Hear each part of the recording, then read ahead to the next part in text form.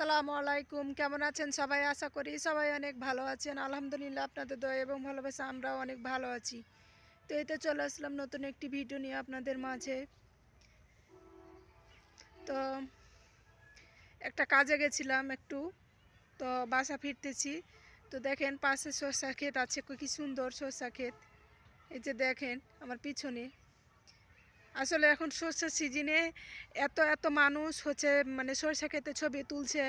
তারপর হচ্ছে জমি আল্লাহর অনেক ক্ষতি হচ্ছে, শস্যগুলো হচ্ছে মানে নষ্ট হয়ে যাচ্ছে। তারপরেও হচ্ছে মানুষ ছবি তোলা থামায় না।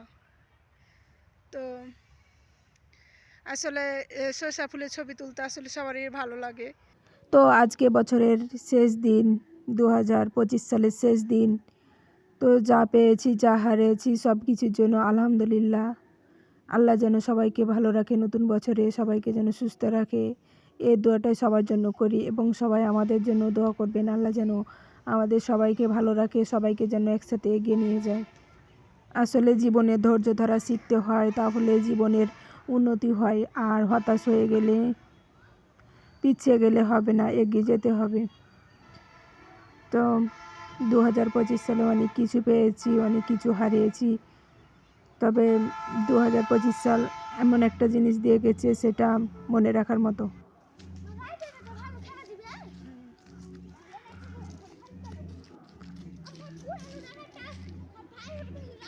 তো আমার বাবাটা আমাকে আগিয়ে নিতে আসছিল।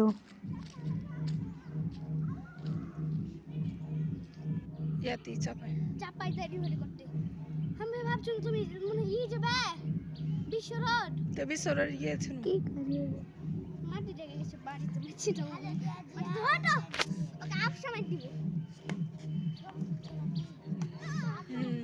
একটা বাচ্চা দিয়ে আপ সময় দাও ওকে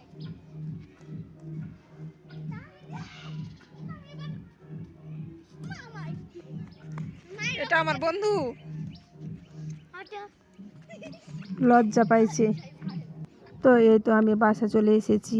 বাসায় এসে বোরখা খুলে তারপর হচ্ছে ফ্রেশ হয়ে এই তো আবার হিজাব পরি, মানে মাস্ক পরে নিয়েছি, যেহেতু আমি মাস্ক বেশিরভাগই সময় মাস্ক পরি। আর যখন মাস্ক পরা পসিবল হয় না তখন হয়তো হাত দিয়ে মুখটাকে ঢেকে রাখি। এই তো এই সময় আমি একজনকে খুব মিস করতেছি, আমার প্রিয় মানুষটাকে। সে এই সময় এই বছরে মানে 24 সালের হচ্ছে শেষের দিন, আর 2025 সালে ফার্স্টে বাসায় ছিল, আজকে অনেক দূরে আছে। আল্লাহ যেন তাকে সবসময় ভালো রাখে, সুস্থ রাখে, এই দোয়াটাই করি তার জন্য। তবে আজকের ভিডিওটি এ পর্যন্ত। সবাই ভালো থাকেন, সুস্থ থাকেন। আল্লাহ হাফেজ।